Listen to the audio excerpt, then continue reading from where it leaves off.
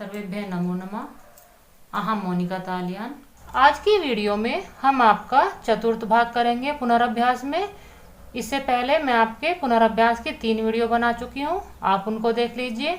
हम आपके पुनरअभ्यास में तीनों ही पार्ट जो हमने अब तक पढ़े हैं उनके एक एक प्रश्न लेकर आगे बढ़ रहे हैं। जैसे हमने प्रथम भाग में आपका एक पदेन वाले तीनों ही पाठ के प्रश्न लिए थे, इसी प्रकार हम यहाँ पर आपके पूर्ण वाक्यन जो आपके पूर्ण वाक्यन वाले प्रश्न हैं तीनों ही पाठों के एक साथ करेंगे। इससे आपको लाभ होगा, आप अपने पूर्ण वाक्यन वाले प्रश्नों के उत्तर एक ही साथ तीनों पाठों के तैयार कर लेंगे। आपका प्रश्न बनेगा एतेषां प्रश्नानां उत्तराणि पूर्ण वाक्येन लिखन्तु। वदन्तु च आपका प्रश्न पत्र में नहीं लिखा रहेगा, वह आपका केवल बुक वाले ही प्रश्न में लिखा रहता है, वहाँ पर केवल लिखने के लिए आएगा। पूर्ण वाक्य के जब भी आप उत्तर देंगे तो आपको अपने उत्तर को पूर्ण वाक्य में ही लिखना होता है। एक पदेन कहने का अर्थ होता है कि आपको अपना उत्तर एक पद में यानी कि एक शब्द में देना होता है, लेकिन पूर्ण वाक्य कहने का अर्थ है कि आपको अपने प्रश्नों का उत्तर पूर्ण वाक्य में ही देना होता है। पूर्ण वाक्य वाले प्रश्न मैं आपको पहले भी करा चुकी हूँ, जब मैंने आपका पाठ पढ़ाया था और उसका अभ्यास कार्य आपको कराया था, तब भी मैंने आपके पूर्ण वाक्य वाले प्रश्न आपके अभ्यास कार्य में कराए थे। लेकिन हम अपने प्रश्नों का पुनर्अभ्यास कर रहे हैं। पुनर्अभ्यास का अर्थ होता है कि दोबारा आप अभ्यास करिए। तो हमने अपने प्रश्नों को केवल किया था, अब हम अपनी परीक्षा की तैयारी के लिए अपने प्रश्नों का पुनर्अभ्यास कर रहे हैं। तो हम अपना प्रश्न देख लेते हैं। संतः कस्य लक्षणम प्रवदन्ति, संतों ने किसका लक्षण कहे हैं। यहाँ पर जो आपका प्रश्नवाचक शब्द है इसके स्थान पर आप अपना उत्तर लिखेंगे। शेष शब्दों को आप अपने पूर्ण वाक्य वाले उत्तरों में ऐसे ही लिख लेंगे। जैसे यहाँ पर संतः आपका प्रश्न में भी आया है और आप अपने उत्तर में भी संतः से ही शुरू कर रहे हैं कि संतः श्रेष्ठ मित्रस्य लक्षणम प्रवदन्ति, संतों ने अच्छे मित्र के लक्षण बताए हैं। यहाँ पर आप ध्यान देंगे कि आपके संतः लक्षणम प्रवदन्ति, संतः लक्षणम प्रवदन्ति तीनों ही शब्द आपके पूर्ण वाक्य के उत्तर में भी आए हैं। आपके पूर्ण वाक्य में यही नियम है कि प्रश्नवाचक वाले शब्द के स्थान पर आपका उत्तर आता है और शेष शब्द आप अपने पूर्ण वाक्य में ऐसे ही लिख लेते हैं। धीराः कुतः पदम न प्रविचलन्ति, जो धैर्यशाली व्यक्ति होते हैं वह कहाँ से एक पद भी विचलित नहीं होते। धीराः न्यायात् पन्तः पदम न प्रविचलन्ति, जो धैर्यशाली व्यक्ति होते हैं वह न्याय के पद से एक पद भी विचलित नहीं होते। मध्यमा जना किम इच्छन्ति, जो मध्यम प्रवृत्ति के लोग होते हैं वह किसकी इच्छा करते हैं। मध्यमा जनाः मानम धनम च इच्छन्ति, जो मध्यम प्रवृत्ति के व्यक्ति होते हैं वह धन और मान दोनों की ही इच्छा करते हैं। सत्संगः कस्य जाड्यमर्ति, अच्छे लोगों की संगति किसकी जड़ता को हर लेती है। सत्संगति धीय जाड्यमर्ति, सत्संगति बुद्धि की जड़ता को हर लेती है। चित्तम का प्रसारयति, चित्त हमारे हृदय का कौन प्रसार करता है। चित्तम सत्संगति ही प्रसारयति, हमारे हृदय का सत्संगति अच्छे लोगों की संगति प्रसार करती है। आप अपने पूर्ण वाक्यन वाले प्रश्नों को लिखकर अभ्यास कीजिए, क्योंकि आपके पूर्ण वाक्यन वाले प्रश्न उत्तर आपके प्रश्नों में आते ही हैं। आप इनका अभ्यास लिखित में कीजिए। आप जितना लिखकर अभ्यास करेंगे उतनी ही अच्छी आपकी तैयारी होगी और उतने ही अच्छे आप अपनी परीक्षा में नंबर ला सकते हैं।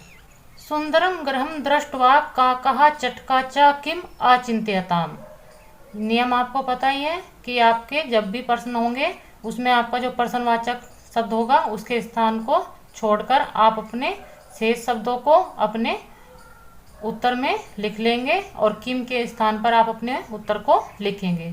वैसे मैंने आपका यह कार्य किया हुआ है, आप एक बार देख लीजिए।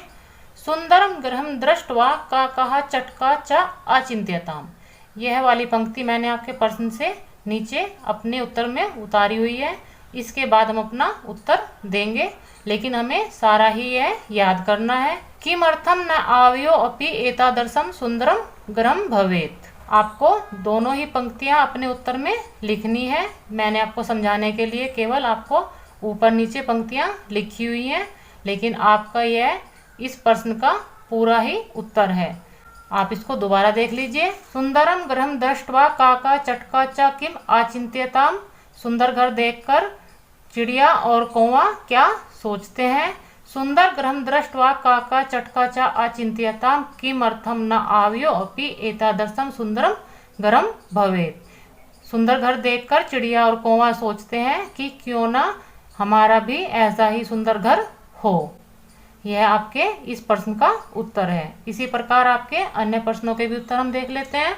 यहाँ पर आपकी सभी शंकाओं का समाधान करने के लिए मैंने आपकी पुनराभ्यास की वीडियो बनाई है, ताकि आप अपने परीक्षा के समय किसी भी शंका में ना रहें और अपने परीक्षा में अच्छे नंबर आप अपनी पुनराभ्यास का अभ्यास करके ला सकें।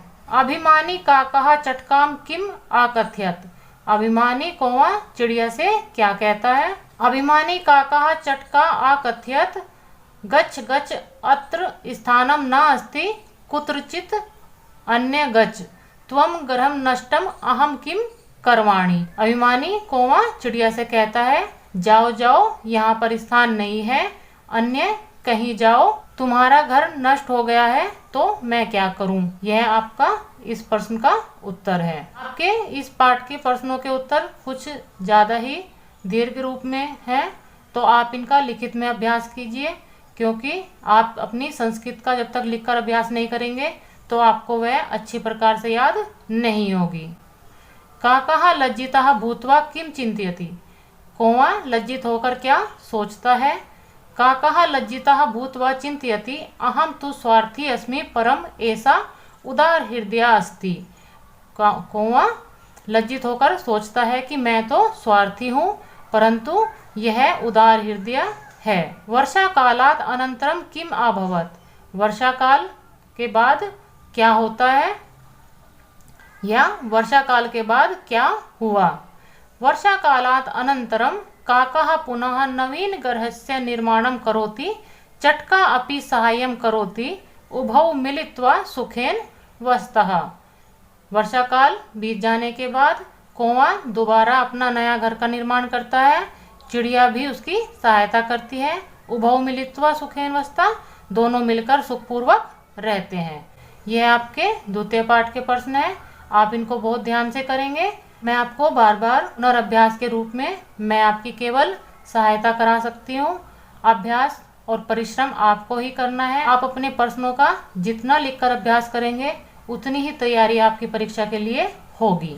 पंजाब प्रदेशे काः पंचधाराः नद्यां मिलन्ति।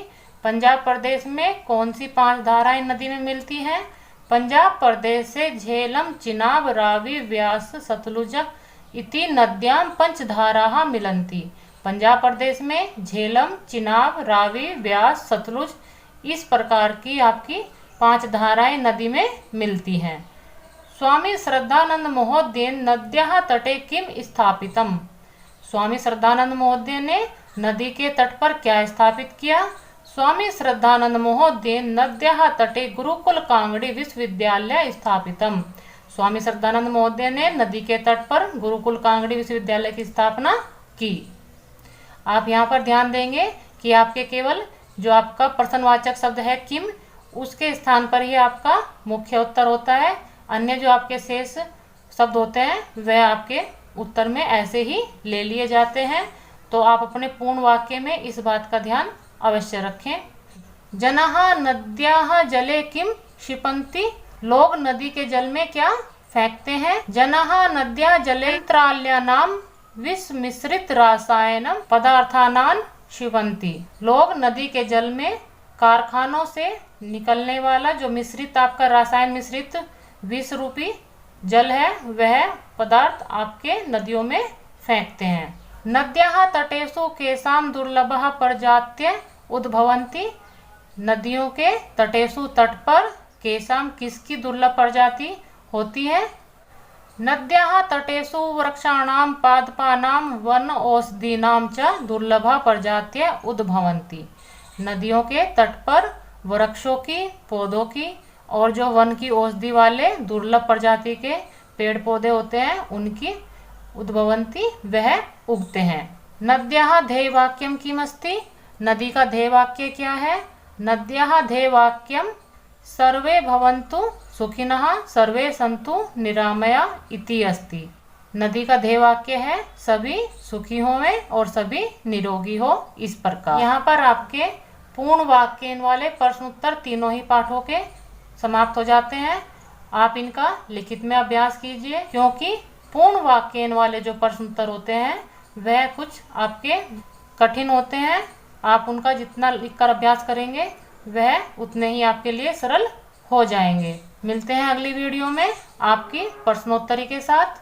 सर्वेभ्यः नमो नमः।